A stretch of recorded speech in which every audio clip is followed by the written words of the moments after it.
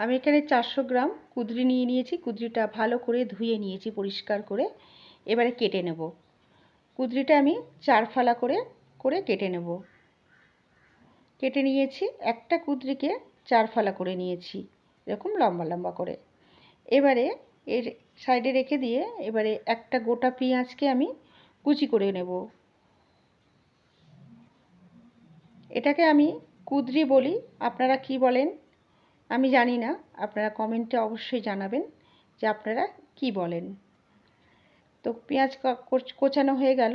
এবারে রসুনটাকেও কুচিয়ে নেব। এখানে আমি 4টে রসুনের কোয়া নিয়ে নিয়েছি।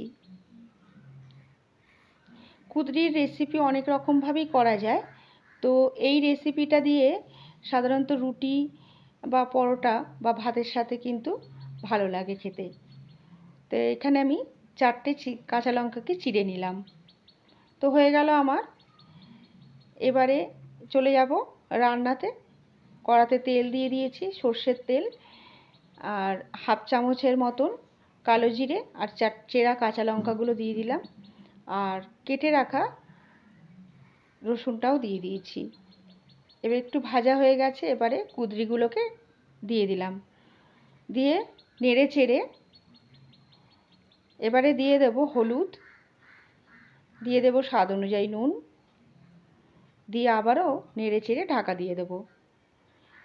এবারে কিছুক্ষণ পরে ঢাকনা খুললাম, দেখলাম অনেকটাই মজে গেছে। এবারে কেটে রাখা যে কোচানো পেঁয়াজগুলো ছিল সেই পেঁয়াজটা দিয়ে দিলাম, দিয়ে আবারও নেড়ে চেড়ে ঢাকা দিয়ে দিতে হবে। পেঁয়াজটা আগে দিইনি, আগে দিলে পেঁয়াজটা পুড়ে যেত আর রান্নার স্বাদটা নষ্ট হয়ে যেত। এবারে ঢাকা দিয়ে দিলাম।